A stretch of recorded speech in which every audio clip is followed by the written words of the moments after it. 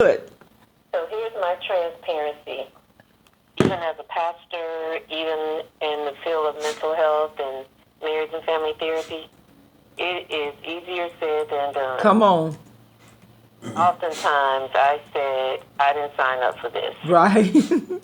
Yeah, I didn't sign up for this. But I will tell you that along the journey, it's been 12 years now. Okay. And along the journey, when I got into those spells or those dark spots and praying and asking God for guidance, Yes. I was always able to hear the Lord remind me of the commitment. Okay. The commitment to Him first, and then the commitment to the man that He gave me. Yes. And the commitment to marriage.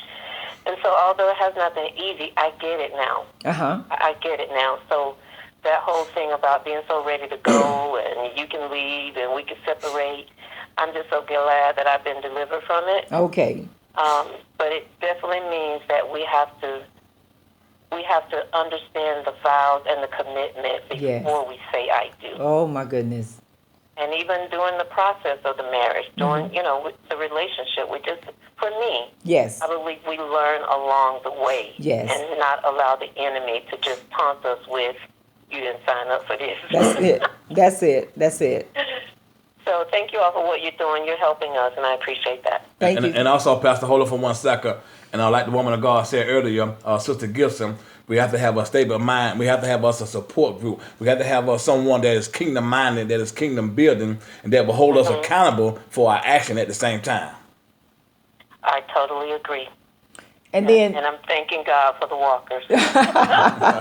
and we thank God for you too. I just want you to just share one thing. If there was a young person or a young couple that's on the line right now, and they're going through some battles right now, what would be your words of encouragement to them?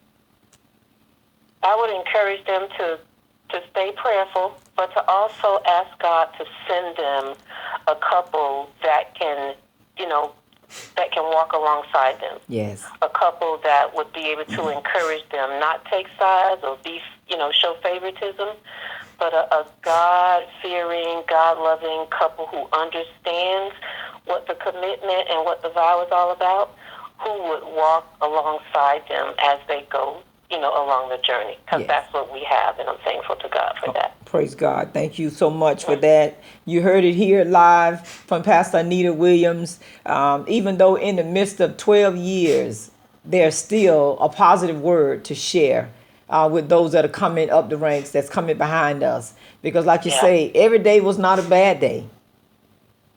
Right. That's it. That's it. So what the songwriter said, my good days outweigh my bad days, and I won't complain. I won't complain.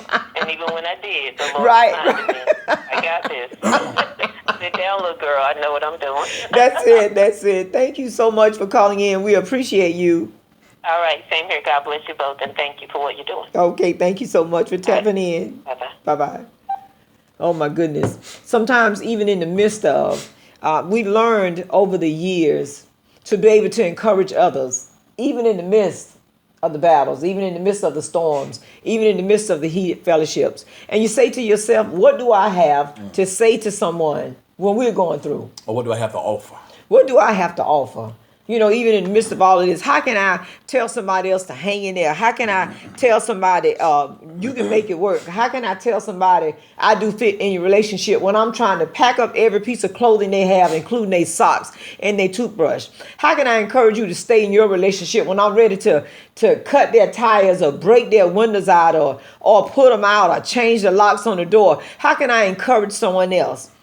You slow down just enough to allow God to minister to you and know that your good outweighs your bad.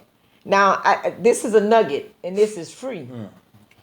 Some of the relationship you got into, God didn't put you there from the beginning. That you can hang up if you want to. You can get off the line if you want to. We just have to tell it like it is. Some of the relationships you got into, some of the men or women that you actually start dating or decided I wanted to marry, God never ordained that. Your flesh ordained that. And we'll say it and we'll say it again until we're blue. There was an assignment.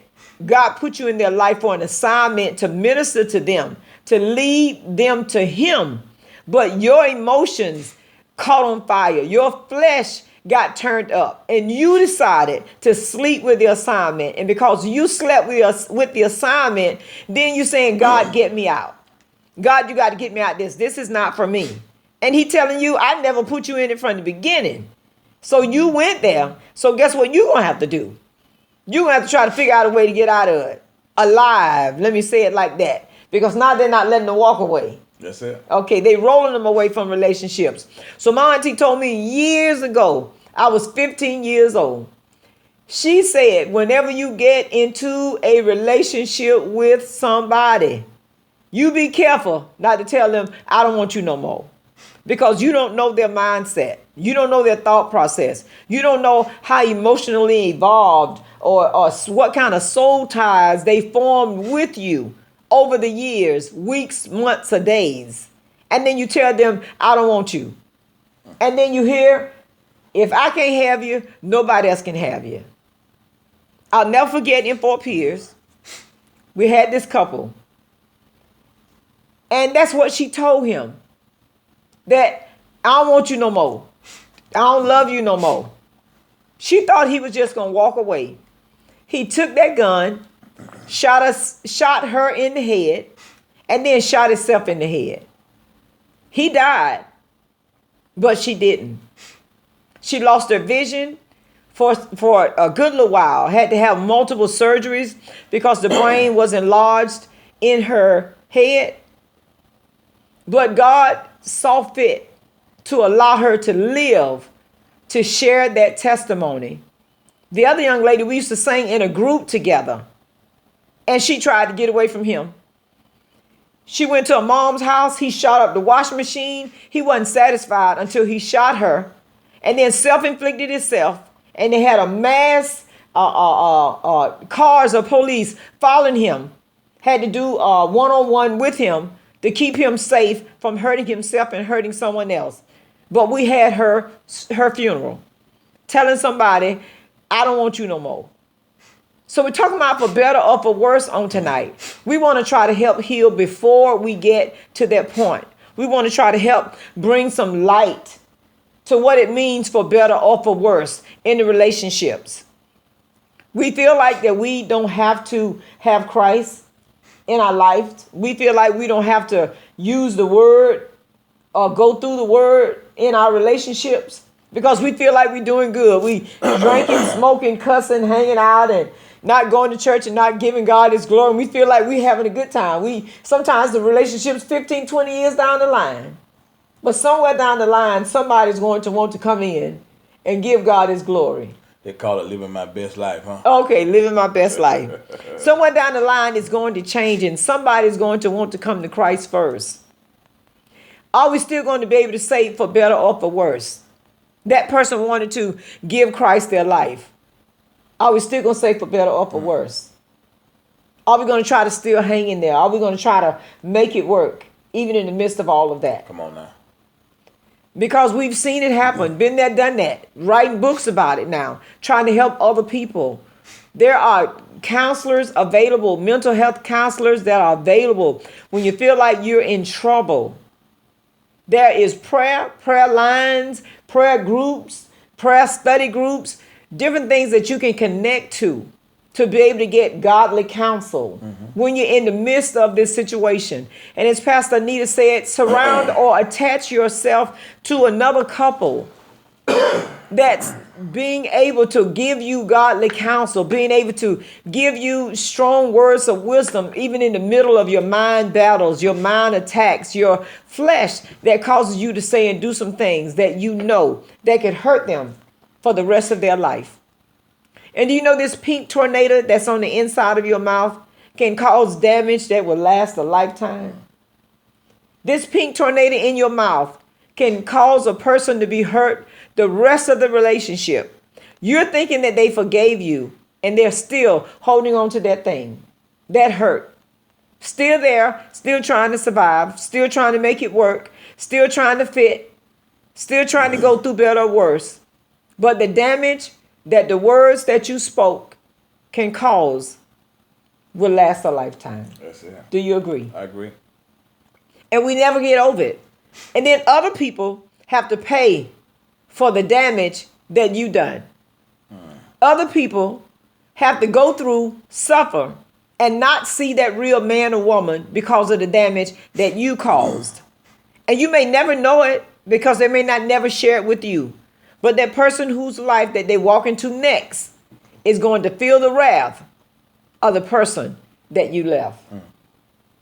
So as I said, the information we try to share, the books we try to share, the music that we try to share is to help heal you now. To help serve a purpose now. Before you get to that place where we're trying to fight or hurt one another or destroy one another things or destroy one another emotionally. And we were just looking at a picture last night. The mama still mad. She done made up with her husband.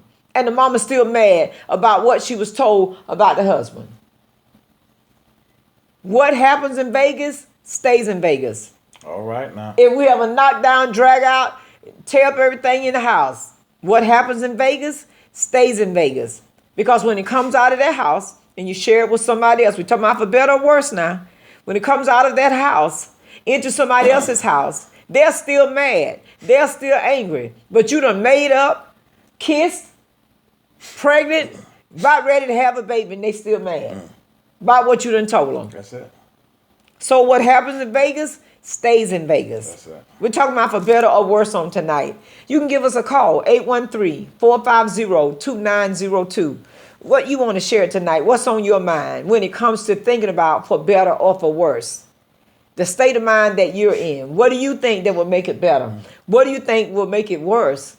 What is it that you've done in the past that caused your relationship to get better after it looked like it was worse? Okay. And don't forget what I said earlier. A lot of times through your eyes, it looks really bad. But through the eyes of Christ, he already seen you heal. He already seen the relationship heal. But in your eyes, you're thinking it's jacked up. We already headed for a divorce court. He don't want me. I don't want him. He have no desire for me. I have no desire for him. But God is saying to himself, I still see the love. I still see the care. I still see the concern. 813-450-2902. And when you see a man or woman of God that approaches you and they say, yeah, it's still something there. You still can make it. No, ain't nothing there. It's over with and blah, blah, blah. But we can see further than you can because God has already showed us that.